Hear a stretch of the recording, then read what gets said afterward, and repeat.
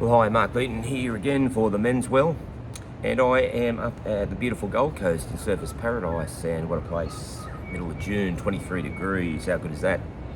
I want to continue with my videos about the Men's Well Charter. Last week was the first one, and it was about being open and ruthlessly honest about what's going on in your life. This is sort of similar, it adds on to it. Like I said last week, that's sort of the foundation of everything that goes from the Charter. It builds on this. This is, again, a second point, which is very much about being ruthlessly honest about what is going on in your life at the moment. And the point actually says, which I've written down, is the focus is on you, not on your partner. Now, there's a couple of things I want to say particularly about this. And the strongest word in this statement is focus. Now, let me give you my definition of focus. Focus is having the ability is a strong word, but the process of being able to remove everything else from your thoughts except for the one thing that you have to do. So an example is, I'm up here on a bowling tournament. When you bowl, when you stand on that mat, champion bowlers and good bowlers think about one thing only. They're not distracted by anything else that might be happening in their life. I mean, even just the average social bowler could be standing on the mat and thinking, well, what am I going to have for tea tonight? And then you let the bowl go and you're a metre away from the jack. Focus is having the ability to remove the distractions. Now, this is very, very helpful, particularly when we talk about worry, because worry for us consumes our life.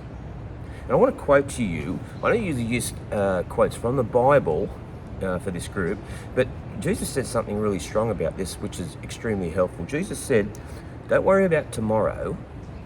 There is enough today to think about. And this has a really, really strong message. See, the problem with worry is we don't think about it once. We loop it and we keep going with it, and we'll come back to it, and we think it's automatic. We get into a process where we think that, we can't stop this. But I want to say this to you, emotions don't know wrong from right. They don't think, they are. You are the one that thinks. You have the ability to control this. Now, when we talk about the focus is on you and not on your partner, you're going through a very, very traumatic stage in your life. Now, I talked last week about living in the moment, and I'm going to talk about that actual point next week. But again, it's a cliche, I know, to say live in the moment. But I'm not talking about living in today. I'm talking about living in this second. What is the concern for you at this moment? But you have to balance that by what are the good things that are going right for you at the moment. And you can tackle that. And you can tackle it by just doing some mind strengthening exercises. Because I want to say again, you have the ability to choose what you think about. You might be feeling sad. It doesn't mean you have to think sad. You might be feeling pretty stirred up. It doesn't mean that you have to focus on the things that are stirring you up. You can counter that by thinking and acting out things that are good for you.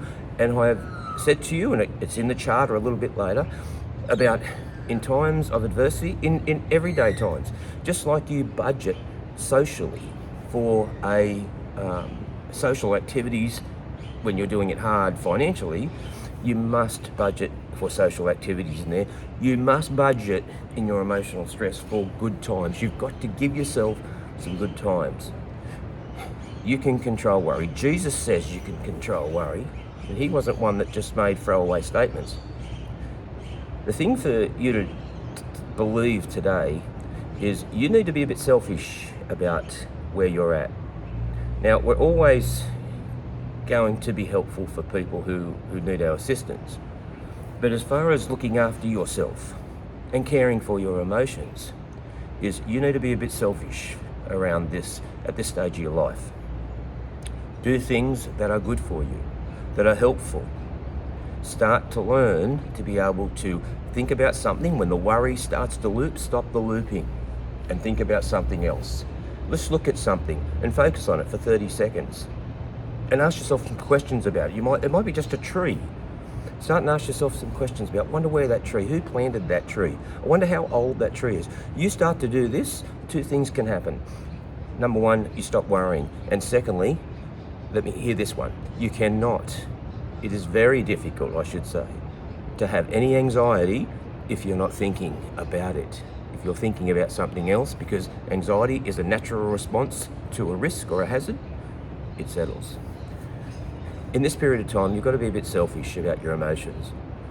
You've got to be looking after yourself, caring for yourself. Do the things that, we know that are right for us. Eat well, sleep well.